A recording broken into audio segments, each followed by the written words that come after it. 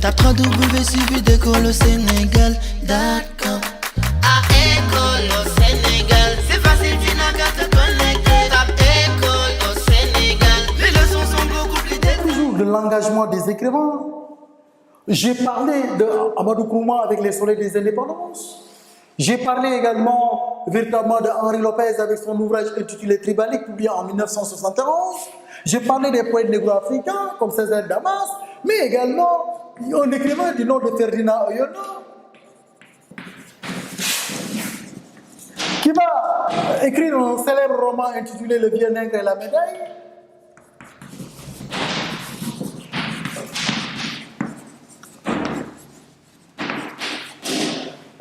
Ce qu'il faut comprendre, c'est que lui aussi, il n'hésitera pas à prendre sa plume pour dénoncer l'attitude du colonisateur, l'attitude des colons. Parce que qu'est-ce qui s'est passé? Dans son ouvrage, il y a le vieux Meka qui est là, personnage du roman. Ce vieux-là qui vivait au sud du Cameroun. Il vivait au sud du Cameroun. Il avait 2 fils. Et tous ces 2 fils-là, ils ont sacrifié leur sang pour libérer la France. Pour libérer la France. Ils sont morts à la guerre.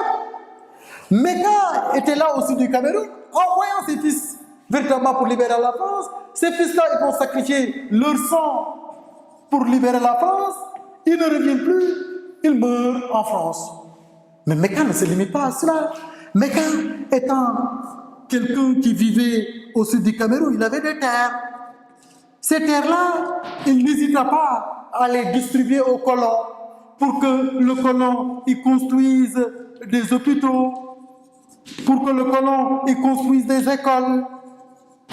Meka a fait véritablement ce sacrifice-là. Donc ce double sacrifice, sacrifice par rapport à ses enfants, sacrifice véritablement par rapport à ces terres qu'il a léguées au colon. Le colon a jugé nécessaire véritablement de lui organiser un vin d'honneur. Il a jugé nécessaire également de l'honorer à travers la fête du 14 juillet. 14 juillet qui marque la date véritablement de la Révolution française qui était le 14 juillet 1789. Et chaque 14 juillet, véritablement, il fête cela. Et lorsqu'il fêtait cet anniversaire-là de la Révolution française, le vieux Meka a été invité pour qu'on lui organise un vin d'honneur. Et à travers le vin d'honneur, on lui a remis une médaille.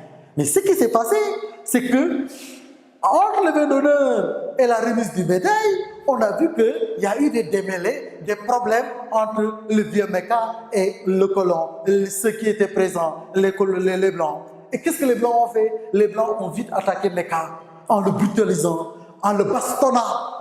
Imaginez-vous quelqu'un qui est venu pour être honoré. Vous ne faites qu'à le bastonner. À travers à la place de la médaille, c'est des bastonnades. À la place de la médaille, c'est l'humiliation qu'on a faite au vieux Meka. Ce vieux-là, il finira par la prison. Après la prison, il va rentrer au pays, c'est-à-dire dans son village qui était au sud du Cameroun. C'est juste pour dire, qu'est-ce que l'auteur Ferdinand Oyono montre? Il montre à travers ces 2 choses. Qu'entre le discours du colon et la réalité, il y a c'est diamétralement opposé. C'est entre le discours véritablement et la réalité, il y a véritablement un hiatus. C'est pourquoi ce qu'il faudra savoir ici, c'est qu'il dénonce l'attitude du blanc. L'attitude du blanc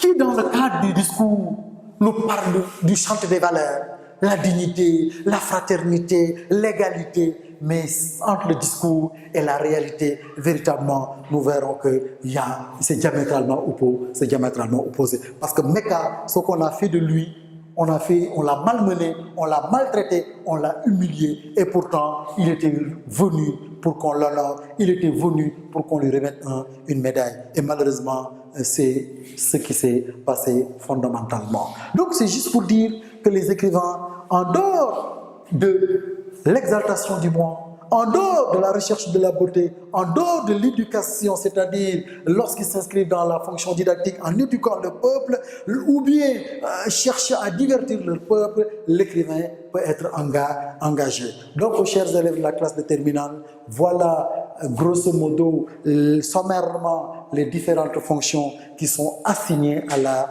littérature. Et ces fonctions-là, il suffit de les connaître, il suffit véritablement non seulement de les connaître, mais de pouvoir les illustrer à travers véritablement des citations et de pouvoir réussir votre examen. Si l'on sait que la littérature, mes chers candidats, quand on parle de la littérature, il y a des sous-genres comme la poésie, comme le roman, comme le théâtre, comme le conte, comme la nouvelle, comme l'essai. Donc la littérature prend en charge tous ces genres-là.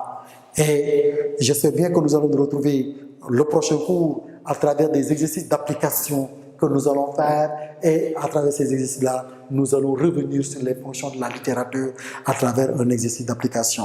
Je vous remercie, mes chers élèves. Vous suivez d'école au Sénégal.